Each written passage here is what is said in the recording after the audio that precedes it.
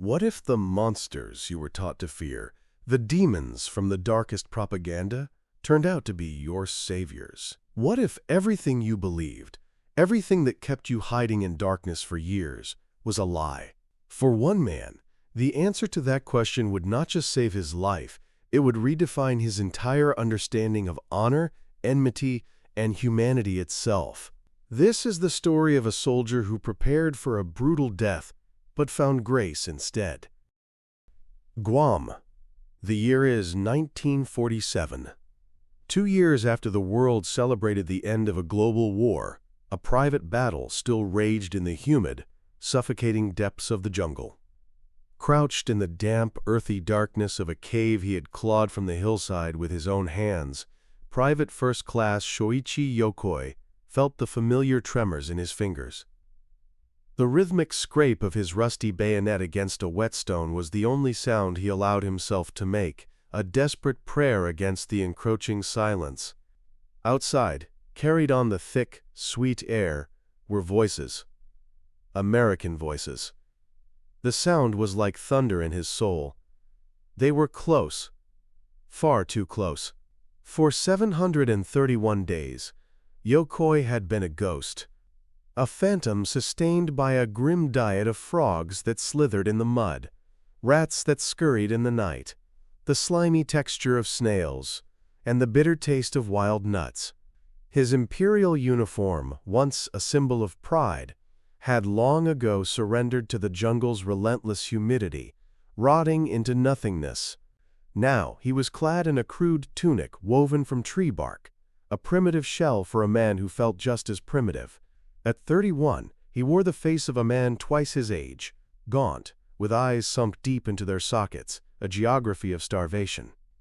His teeth were loose, a testament to profound malnutrition. But it wasn't the gnawing hunger that made his heart hammer against his ribs, like a trapped bird. It was the chilling certainty of what would happen when those voices found him.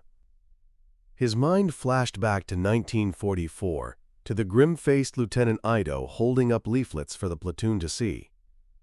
The images were seared into his memory. Grotesque pictures of Japanese soldiers, their eyes gouged out, their bodies desecrated in unimaginable ways. Men tortured for information, then discarded like refuse. This, Lieutenant Ido had said, his voice cold as steel, is what the American demons do to prisoners. Death before dishonor. Never surrender.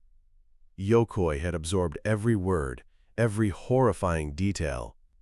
The official warnings were amplified by the whispered stories shared in the dead of night, tales of American Marines who forced prisoners to dig their own graves before executing them, of officers who collected Japanese skulls as macabre trophies.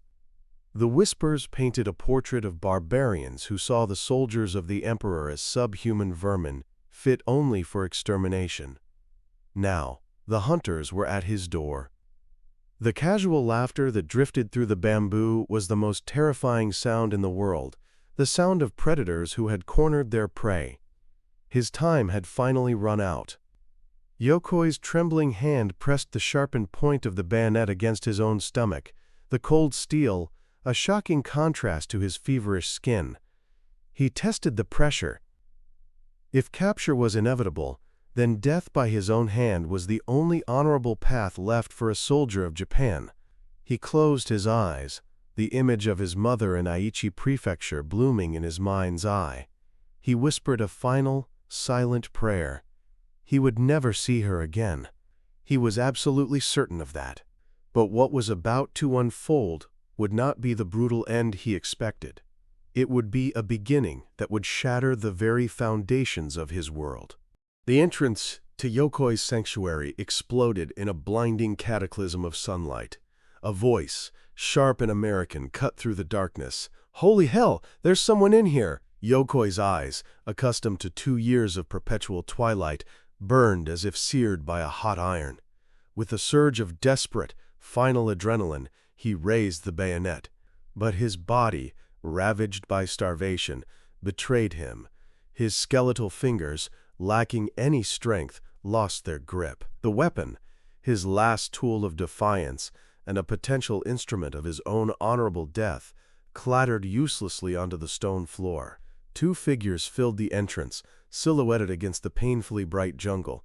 As his vision cleared, he saw they were American Marines. They were young, perhaps barely 20, with faces unlined by the kind of hatred he'd been taught to expect. Their uniforms were clean, a shade of green so crisp and bright it seemed alien to his world of mud and decay. Behind them, a local Chamorro guide pointed, his words a rapid torrent of English. This is it, Yokoi thought, a cold resignation washing over him. This is how I die. He tried to push himself to his feet, to face his executioners like a soldier, but his legs were jelly. They buckled beneath him, and he collapsed against the damp cave wall. His brittle, bark-cloth tunic tore and fell away, exposing a cage of ribs that stood out in stark relief, like the slats of a bamboo fence. He was naked, starving, helpless. The taller Marine, whose name tape read Patterson, slowly lowered his rifle. The other, Cruz, did the same. A hushed whisper passed between them. Jesus Christ. How long has this guy been out here? Yokoi understood none of the words, but the tone was unmistakable. It wasn't the bloodlust he anticipated. It was shock. Disgust, perhaps, at his wretched state. He braced himself for the first kick, the first blow. He squeezed his eyes shut. Instead of pain, he felt a gentle weight, a surprising warmth draping across his bony shoulders. His eyes shot open. Patterson had taken off his own field jacket and wrapped it around Yokoi's emaciated frame. The fabric was impossibly soft, still holding the Marine's body heat. It carried a scent Yokoi had almost forgotten, the clean, civilized smell of soap and a faint hint of tobacco. "Easy, buddy," Cruz said, his voice low and soothing. "Easy. Nobody's going to hurt you." The words were meaningless, but the gentle tone was a profound and baffling mystery. Where was the rage? Where was the promised violence? Cruz unhooked a canteen from his belt and held it to Yokoi's cracked, bleeding lips. Cool, clean water, a taste of life itself, flooded his mouth. For months he had drunk from stagnant, muddy pools teeming with insects. This was a miracle. "Slow, slow," Cruz murmured, pulling the canteen back when Yokoi began to gulp it down too fast. "You'll make yourself sick." Patterson was speaking into a radio, his voice urgent. Yokoi didn't understand the language, but the kindness was a confusing, terrifying trick. This was a prelude to the real torture, the interrogation. They were lulling him into a false sense of security. But then Cruz reached into his pack and pulled out something wrapped in paper. A chocolate bar. He carefully unwrapped it, broke off a small piece, and held it out. Yokoi stared. His mind, scrambled by fear and starvation, could not process the gesture. Enemies did not share their rations. They beat you, they starved you, they broke you. "Go on," Cruz said, making a simple pantomime of eating. "It's okay." With a hand that shook violently, Yokoi took the chocolate. The moment it touched his tongue, an explosion of sweetness, a ghost of a flavor from a life he'd lived 3 years and a lifetime ago, overwhelmed him. And then, inexplicably, tears began to stream down his hollowed cheeks, carving clean paths through the grime. Patterson sat down on the floor of the cave beside him, not threatening, not looming, just present, patient. "Poor bastard," Patterson said quietly to Cruz. "How scared must he have been to hide in a hole for 2 years?" Yokoi wept, not from pain or fear, but from a profound, earth-shattering confusion. These Americans were supposed to be monsters. Why were they treating him like a human being? The Marine Corps medic who arrived 20 minutes later was a man named Doc Williams, a quiet, focused corpsman from Georgia who had seen more broken bodies than he cared to remember. He took one look at Yokoi's skeletal form, his professional gaze missing nothing, and immediately went to work. "This man is severely malnourished," Williams announced to the others, his hands gently probing Yokoi's swollen joints and examining the discolored, flaky skin. "Probably got beriberi, and definitely parasites. He needs a hospital now." Yokoi understood none of it, but he felt the medic's touch. It was firm, but gentle, professional. He checked his pulse, shone a small light into his eyes, and pressed carefully on his distended, painful belly. In the Imperial Japanese Army, medics treated officers first, enlisted men, if they were lucky, came second. Enemy prisoners were not treated at all. Yet here was an American medic, a black man from a place called Georgia, spending 20 minutes meticulously examining him. He carefully cleaned and bandaged the infected cuts on Yokoi's feet, then administered an injection of what Yokoi would later learn were life-saving antibiotics. "You're going to be okay," Williams said, looking Yokoi directly in the eye. "Understand? Okay." Yokoi didn't know the words, but he understood the look. There was no hatred in Williams's eyes, no disgust. There was something else there, something he couldn't name. Compassion, perhaps even a deep, weary sadness. They carried him out of the jungle on a stretcher. The sunlight was a physical blow, and he shielded his eyes. He expected to be dumped unceremoniously into the back of a truck, perhaps with a few kicks for good measure. Instead, Patterson walked alongside the stretcher, his hand resting lightly on Yokoi's shoulder, talking in that same calm, steady voice. "I bet you're thinking about your family, huh?" Patterson said as if to a friend. "Don't worry, buddy. We'll get word to them. Let them know you're alive." At the base hospital on Guam, Yokoi's entire reality was systematically dismantled. They gave him a bed. Not a cold cell floor, not a bamboo cage, but a real bed with clean, crisp white sheets. He spent the next 3 weeks in that hospital, suspended in a state of disbelief. His assigned nurse was a woman named Lieutenant Mary Chen, a Chinese-American from San Francisco. Her family, she would later explain through an interpreter, had fled the brutal Japanese occupation of China. If anyone on this island had a reason to despise a Japanese soldier, it was her. Yet she treated him with an unwavering, gentle professionalism that bordered on kindness. Every morning she brought him rice porridge, slowly and carefully reintroducing his system to solid food. She changed his bandages, administered his medications, and through a combination of smiles and gestures, she communicated a single, powerful message. "You are safe here." "My grandmother is in Shanghai," she told him one day, speaking in English as if he could understand, her voice soft. "Your army, they did terrible things there. But you're just a scared kid who got left behind. I can see that in your eyes." On his 4th day, the most crucial link arrived, an interpreter.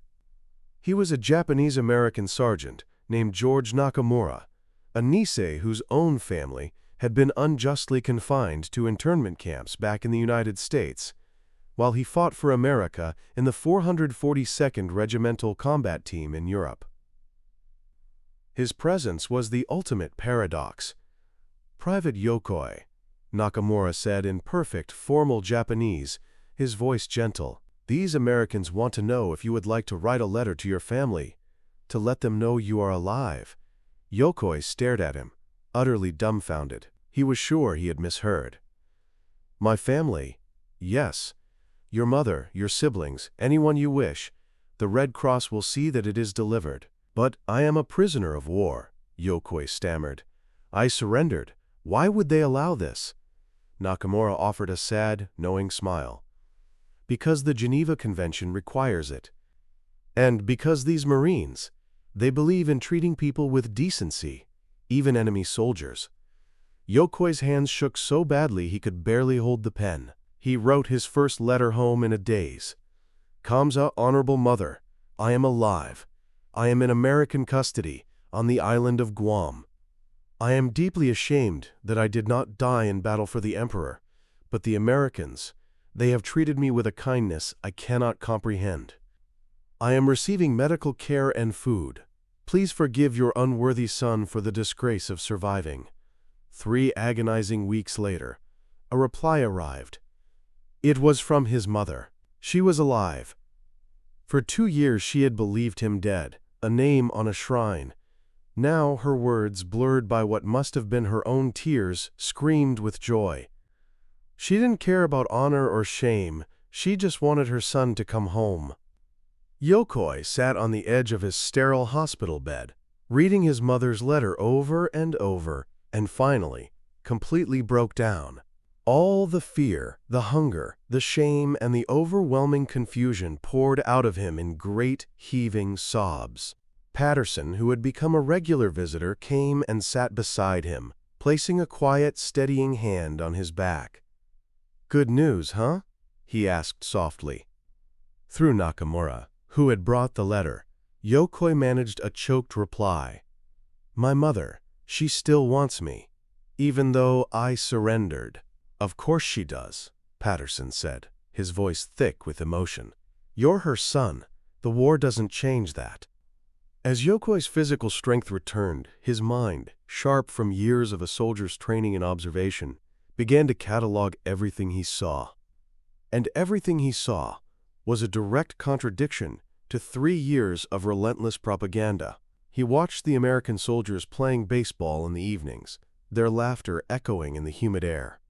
He heard them complain about the oppressive heat, the monotonous food, and their demanding officers, the exact same complaints he and his comrades had shared. They showed each other worn photographs of girlfriends and wives, their faces softening with love and longing. They were homesick, they were tired, they were just men, desperate to go home. They were human. Doc Williams, the medic, began visiting him during his off hours. He brought Yokoi a Japanese-English dictionary and, with Sergeant Nakamura acting as a bridge, began teaching him basic words. "Learn this," Williams urged. "It will help when you get home. Japan and America, we're going to be friends after this war. You'll see." Yokoi found the idea preposterous. How could mortal enemies become friends? But then Lieutenant Chen showed him a copy of an American newspaper. The headlines spoke of aid flowing into a defeated Japan, food, medicine, and supplies to rebuild shattered cities. General MacArthur was overseeing reconstruction, not retribution. The Emperor, the divine figure for whom Yokoi had been willing to die, had not been executed or humiliated. He had been allowed to remain, a symbol of continuity, his power limited, but his dignity preserved. "Your people were told we were demons," Nakamura explained one afternoon, his voice heavy with the weight of his own complex history. "But we are just people, trying to do the right thing. Sometimes we fail, but we try." One day another visitor appeared, a young Marine named Private Tommy O'Brien from Boston. He was 19, with a pink-cheeked face that looked like it belonged in a high school classroom, not a war zone. "My dad fought in France in the last war," O'Brien said, his Boston accent thick, even through Nakamura's translation. "He was captured by the Germans in 1918. He always said they treated him okay. When this war started, he made me promise, if I ever captured anyone, I'd remember they're just somebody's kid, same as me." O'Brien pulled a creased photo from his wallet, showing a smiling family, his father, his mother, and 3 younger sisters. "That's my old man," he said, pointing. "He said the German soldier who gave him a drink of water probably saved his life. I figured maybe I could be that guy for someone." In a gesture of profound trust, Yokoi showed O'Brien the letter from his mother. Through Nakamura, the 2 young men, enemies by decree but brothers in circumstance, compared stories of their families, their neighborhoods, the foods they missed most from home. For 20 minutes, the war vanished. They were just 2 sons who wanted to go home to their mothers. A few days later, Patterson arrived with a small radio. "Thought you might want to hear some music," he said simply. He fiddled with the dial until a faint, tinny melody filled the room. It was Japanese music, broadcast from Tokyo. Yokoi hadn't heard the sounds of his homeland in 3 years. The familiar notes of a koto string were like a key, unlocking a chamber of grief he didn't know he still had. He wept again, silently this time.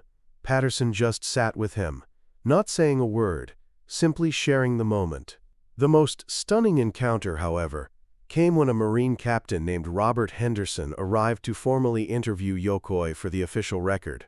Henderson was a veteran of the Pacific's bloodiest campaigns, Tarawa, Saipan, Iwo Jima.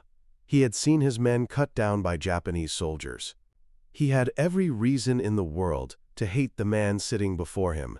Instead, he walked up to Yokoi's bed, extended his hand, and spoke through Nakamura. "Private Yokoi, I want you to know something. I fought your army for 3 years. I lost good friends. But you survived for years in a hole, eating rats, believing we would torture you to death. That takes a different kind of courage." Henderson paused, his gaze intense, ensuring Nakamura translated every word with precision. "You were a soldier following orders. So was I. The war is over. Now, we are just men trying to get back to our families. I respect that. I respect you. Noxley. Noxley. Mamati UVs. Mamati U. Noxley. Mamati UVs. Bortshon. Tuckley." In the rigid hierarchy of the Imperial Japanese Army, an officer would never shake hands with a mere private. An enemy officer would certainly never express respect. Henderson continued, his voice firm. "When you get home, tell your people what you saw here. Tell them Americans are not demons. We are just people who believe everyone deserves to be treated with dignity, even our enemies. That is what my country taught me. That is what I am trying to live up to." The treatment Shoichi Yokoi received was not an anomaly or a happy accident. It was the result of a deliberate policy, deeply rooted in American military doctrine and cultural values. Since the Revolutionary War, the American military had, with notable and tragic exceptions, striven to treat prisoners according to the evolving laws of war. By World War II, the Geneva Convention of 1929 laid out clear guidelines: adequate food, medical care, shelter, the right to correspond with family, and protection from violence and intimidation. But for American leadership, it was more than just a matter of following rules on a piece of paper. Commanders like General Dwight D. Eisenhower, the supreme Allied commander in Europe, understood the strategic power of humanity. He issued unequivocal directives. Prisoners of war will be treated with humanity and respect at all times. He believed this not only upheld a moral standard, but also encouraged enemy soldiers to surrender, which in turn saved American lives and served long-term interests in a post-war world. In the Pacific, General Douglas MacArthur echoed this philosophy. Despite the uniquely brutal nature of the island-hopping campaigns, where Japanese soldiers rarely surrendered and often fought to the last man, MacArthur insisted that any prisoners taken were to be treated according to Geneva Convention standards. Navy Admiral Chester Nimitz, commander of the Pacific Fleet, went even further. In a famous testament to this principle, he argued that Japanese submarine crews who had committed atrocities, like attacking hospital ships and machine-gunning survivors in the water, should still receive fair treatment if captured. "We must be better than our enemies," Nimitz stated. "That is what separates civilization from barbarism."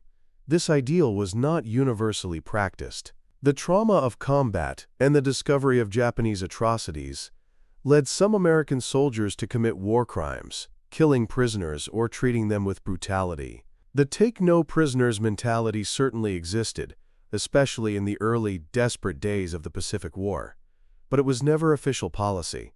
It was not doctrine, and when discovered, it was prosecuted. Patterson tried to explain this to Yokoi one evening, with Nakamura patiently translating. "Sure, some of our guys are angry," he admitted. "They lost friends to kamikaze attacks, to banzai charges. I get it. But our officers, they don't allow revenge. They say, we're better than that." During his recovery, Yokoi kept a diary on scraps of paper provided by Nakamura. His entries trace a remarkable psychological transformation. Day 5. "I still cannot believe they feed me 3 times a day. The food is strange, but it is enough. No one has struck me. Day 9. Nurse Chen changed my bandages again. She is Chinese. My army killed her people. Yet she tends to my wounds as if I were her own brother. I do not understand this. Day 15. Patterson brought me American cigarettes. Very strong. We smoked together, and he showed me photos of his sweetheart in California. He says after the war he wants to open a restaurant. He asked what I want to do. I had no answer. I only ever thought I would die. Day 21. Mother's letter arrived. I wept like a child. Sergeant Nakamura stayed with me. He told me his own story, his family imprisoned by America while he fought for America. He said, "Hatred serves no one. Mercy is stronger than revenge." I am beginning to believe him. By his final week in the hospital, Yokoi's diary entries shifted from confusion to a dawning, profound realization. These Americans confuse me deeply. They should hate us. We killed so many of them. Yet they treat me with a kindness I did not show to Chinese prisoners when I was stationed in Manchuria. I am deeply ashamed of what I did then. These Americans are showing me what true honor looks like. Yokoi's experience was shared by thousands. Of the approximately 41,000 Japanese servicemen who became American POWs, the vast majority survived captivity, a stark contrast to the horrific 27% death rate for Allied POWs in Japanese hands. American POW camps provided adequate nutrition, medical care, and even recreational and educational programs. This wasn't just altruism, it was cold, hard strategy. As Army Chief of Staff George C. Marshall wrote in 1944, "We must win not just the war, but the peace that follows. How we treat our defeated enemies will determine whether they become future friends or future threats." The repatriation program that eventually brought Yokoi home was a key part of this strategy. In June 1947, after 3 months of recovery, Shoichi Yokoi boarded a transport ship bound for Japan. Patterson Cruz and Doc Williams came to the docks to see him off.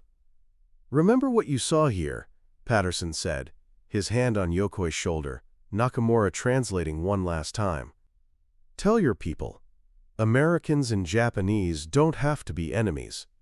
Yokoi, now looking more like a man and less like a ghost, bowed deeply, the formal, profound bow of utmost respect. "I will tell them," he said in halting, newly learned English. Then he added a word he now understood. "Americans have honor." Patterson laughed, a warm, booming sound, and pulled the smaller man into a surprising American-style hug. "Take care of yourself, buddy. Say hello to your mother for me." The ship journey took 12 days.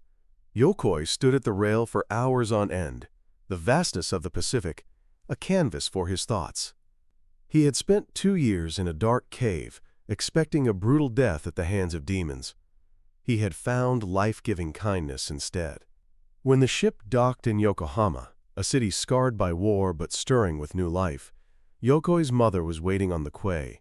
She was smaller than he remembered, her face a road map of grief from the 3 years she had believed him dead. When she saw him walking down the gangplank, a living man in clean clothes, her legs gave out and she collapsed. Yokoi rushed to her, catching her in his arms, and they wept together on the crowded dock, a private island in a sea of returning soldiers and hopeful families. "I thought you were dead," she sobbed into his chest. "I thought I had lost you forever." "The Americans saved me, mother," Yokoi told her, his voice thick. "I do not understand why, but they saved me." Reintegrating into civilian life was a struggle. Post-war Japan was a nation devastated, its cities bombed to rubble, its economy shattered, its people starving. But amidst the ruin, American aid was everywhere. Shipments of food, medical supplies, and reconstruction materials. General MacArthur's occupation was focused on rebuilding, not punishing. Yokoi found work with a construction company, his hands helping to rebuild the city of Nagoya. He married in 1950 and had 2 children. He rarely spoke of the war, but when he did, he always told the story of the Marines who found him. "They could have shot me," he told his son years later. "I was their enemy. I had tried to kill Americans, but they gave me chocolate instead of a bullet. They gave me kindness instead of hatred. That is true strength." In 1975, Yokoi did something remarkable. He wrote a letter to the U.S. Marine Corps, asking if it was possible to find the man named Patterson who had found him on Guam. He needed to thank him properly. The Marines, in an extraordinary act of institutional memory, found him. Patterson was now a restaurant owner in Sacramento, California, just as he had planned. The two men began exchanging letters. In 1977, Patterson invited Yokoi to visit. At the age of 61, Shoichi Yokoi flew to America. Patterson was waiting for him at the airport. The two old men, once enemy soldiers on a jungle island, embraced like long-lost brothers. "I never forgot you," Yokoi said in slow, careful English. "I never forgot you either, pal," Patterson replied, his voice rough with emotion. They spent a week together. Patterson showed Yokoi his restaurant, his home, his family. Yokoi met Patterson's wife and his 3 grown daughters. They ate dinner, shared whiskey, and looked at old photographs, their shared history a silent, powerful presence in the room. "You changed my life," Yokoi told Patterson on their last night together. "You showed me that enemies can become friends, that mercy is stronger than revenge." Patterson, a man of simple decency, just shrugged. "I just treated you like a person. That's all." "That," Yokoi said, his eyes filled with tears, "is everything." Yokoi's story is a microcosm of a larger truth about American post-war policy. The strategic decision to treat defeated enemies with dignity paid extraordinary dividends. The Marshall Plan rebuilt Western Europe, turning former enemies like Germany into America's closest allies. In Asia, a similar policy transformed Japan from a bitter foe into the cornerstone of American strategy. This was not inevitable. After World War I, the harsh terms imposed on Germany bred resentment that fueled the rise of Nazism. After World War II, America, led by visionaries like Marshall, MacArthur, and Truman, chose a different path. This created a generation of Japanese and Germans who remembered American kindness in their darkest hour. When the Cold War loomed, there was no question which side they would be on. In a 1995 interview, a 79-year-old Yokoi reflected, "I spent 2 years in a cave eating insects, terrified of American demons. I was a fool. The demons were in my own mind, planted there by propaganda. The Americans I met taught me that enemies are made by politics, but humanity transcends politics." When Yokoi died in 1997, his family found a box filled with letters and Christmas cards from Patterson, spanning nearly 30 years. At his funeral, his son read Patterson's final letter. "Shoichi, you once thanked me for treating you like a human being, but I should thank you. You reminded me why we fought that war, not to destroy our enemies, but to prove that decency and honor matter, even in the darkest of times. You are my friend, buddy. Always will be." The lesson of Shoichi Yokoi is profound. Hatred is easy, revenge is instinctual. But treating an enemy with dignity when you have every reason not to, that requires a moral courage that is the true measure of a person and of a nation. That one act of kindness, a warm jacket and a piece of chocolate, began a chain reaction that dissolved years of lies, built a friendship that spanned oceans and decades, and proved that the most powerful weapon in any arsenal is, and always will be, humanity. Dear viewers, thank you for being here. Stay tuned to the channel for tons of exciting videos. Every day we upload fresh stories packed with thrills, suspense, and surprises. Don't miss out. Comment, share, subscribe, and hit that like button. This channel is for you, and the best is yet to come.